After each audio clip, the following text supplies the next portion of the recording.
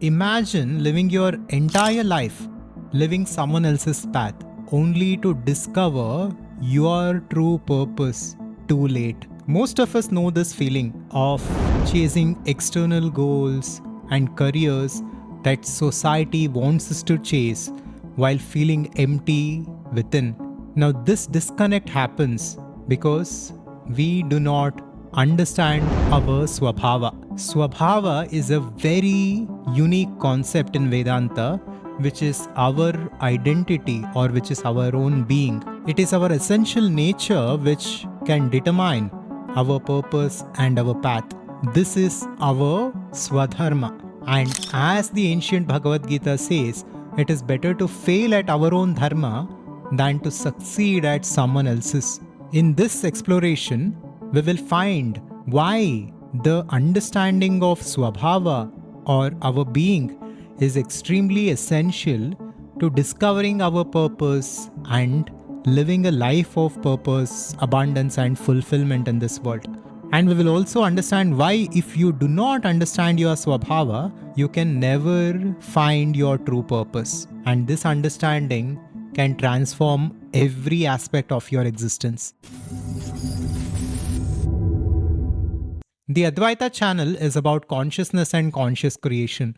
Here we explore Vedanta and various other teachings from India to understand the nature of reality and to consciously create our lives. First, let's talk about why most people never find their purpose. We are all familiar with people who have reached their midlife but yet are not sure about their purpose and what they need to be doing in their lives. Why does this happen? We are all intelligent beings, right? Just in a few years, we learn how to talk, how to walk, how to navigate this world. And within a decade, we master various aspects which is essential for survival. And in another decade, by the time we reach our 20s, we are already familiar with all the things that are essential to live a life and to make a living. We understand how money works, how the society is structured, how the political system, the capitalistic system works, and what it takes to live a life. But yet, most of us, even after 30 or 40 years of age, are not sure about our own purpose, and we keep searching for different things.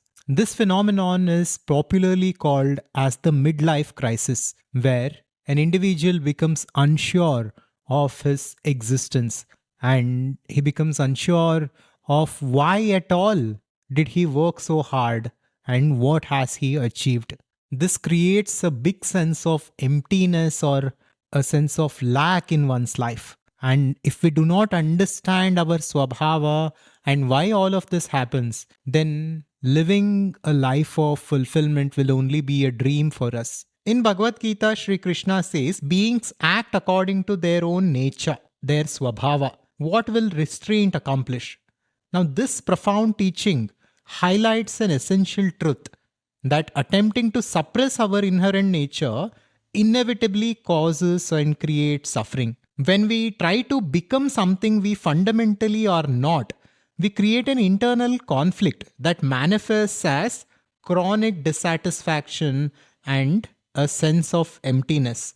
We might achieve external markers of success, the prestigious job, the beautiful home, the admiration of others, etc., yet still feel that something essential is missing. This disconnect occurs because we are living in opposition to our Svabhava, our intrinsic nature that has been with us since birth. The modern society is structured in a very wrong way. It gives a high amount of importance to certain professions while degrading and demeaning certain others. A profession or a path should be chosen based on an individual's nature, not based on societal expectations. This is why Albert Einstein once said, every human being and every creature is intelligent, but if you judge a fish by its ability to climb a tree, then it will remain stupid and it will think that it is stupid throughout its life. This is what is happening with modern society and with this broken education system. We are all trained to do one thing, to be employees as different professionals, doctors, engineers, architects, etc.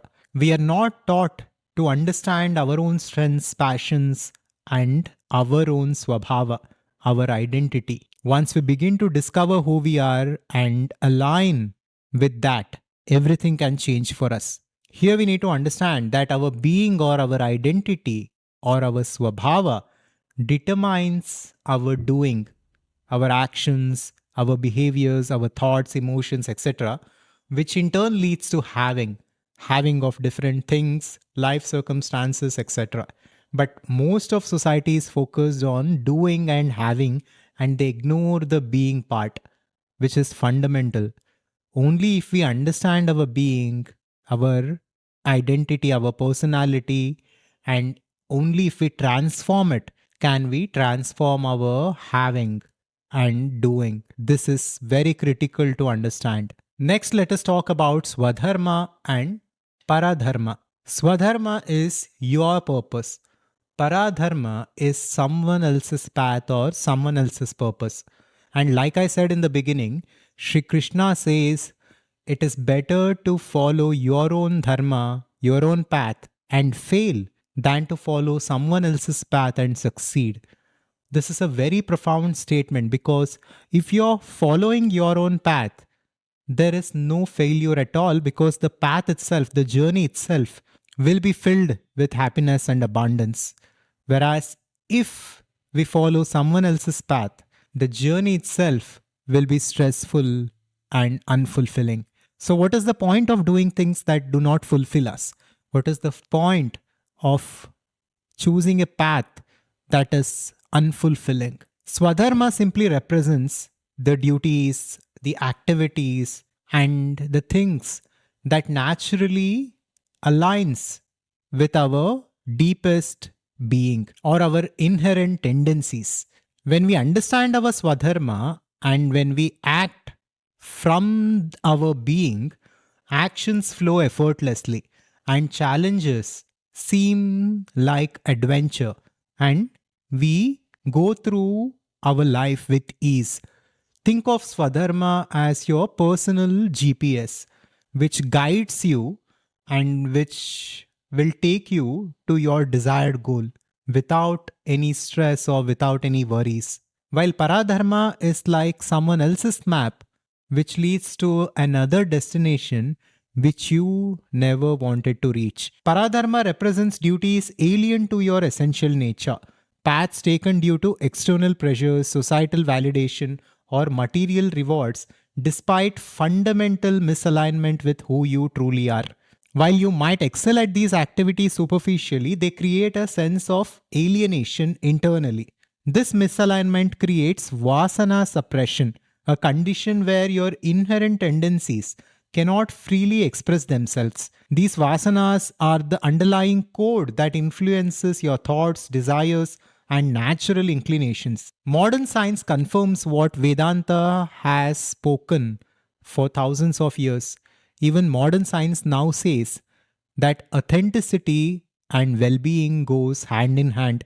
We must be authentic to ourselves, and when our being, our thoughts, our deeds and actions are in alignment, we experience true happiness. This points to a profound truth that success and perfection in the wrong direction causes more suffering than imperfection in the right direction. So, this is the importance of Swadharma. This is the importance of finding your purpose. Let's talk about how to discover your Swadharma.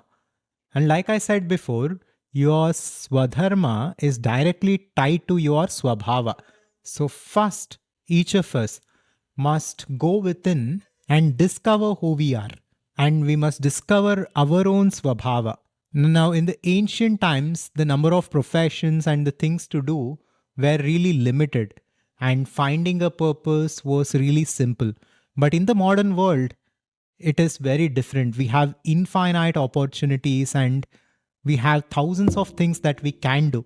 in terms of professions, in terms of businesses, etc. So it seems like a complicated task, but the more we understand who we are, the more we understand our Svabhava, our Svadharma becomes naturally available to us. As per Vedanta, we understand that our nature is infinitude. We are the infinite consciousness at the fundamental level. But our Svabhava is like a mask over that consciousness. Our Svabhava is what we have temporarily identified with to live this life in this planet in this way. So our Svabhava is our being right now, and our Swarupa is the infinite consciousness. We are that infinity in our essence, and that infinite consciousness is channeling through our Svabhava, and it is creating a certain kind of life for us. So, our identity, our deepest being, is creating our personal reality. And we must understand this and we must discover our Svabhava. Now, this is not difficult to do.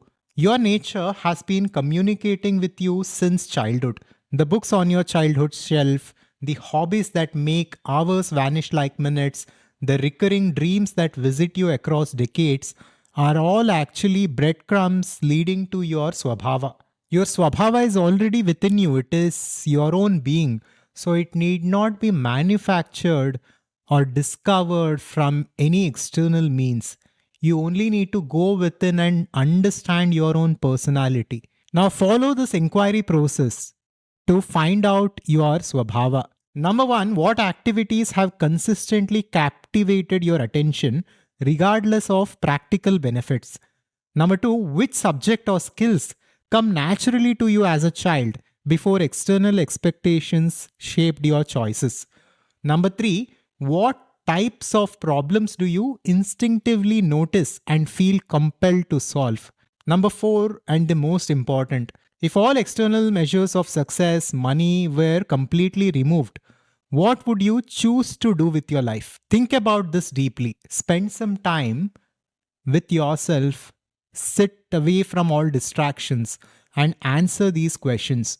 If everything in your life was taken care of, in terms of money, in terms of resources, in terms of everything else, then what would you spend your life doing? Go through questions like this and go within to find answers. These answers will point you towards your Svabhava, and this in turn can lead to discover your Swadharma. Like a river finding its natural course around obstacles, your Svabhava is not about identifying a specific occupation. Modern career categories are relatively recent inventions and don't necessarily align with the timeless nature of your Svabhava. Instead, look for recurring themes and natural inclinations. Notice when you enter states of complete absorption, what psychologists call flow states, which directly correspond to what ancient texts recognized as the expressions of Svabhava. Activities aligned with your Svabhava will energize you, whereas the activities that are in opposition to your Svabhava will deplete your energy. This is one indicator of what activities are in alignment with who you are. When we align our purpose and our actions with our Svabhava, amazing things can happen in our life. We will begin to experience more fulfillment, joy, abundance naturally. And the ancient wisdom of Vedanta reveals something very profound. Discovering your Svabhava and aligning what you do with your Swadharma can be a stepping stone towards mukti or moksha, which is the ultimate goal for human life. Now, if all this resonated with you and if the principles of Vedanta resonates with you, then you can watch this free training that we have made on conscious creation, and at the end you will also get an opportunity to book a call with our team and join us at the Adhvaitha Conscious Society.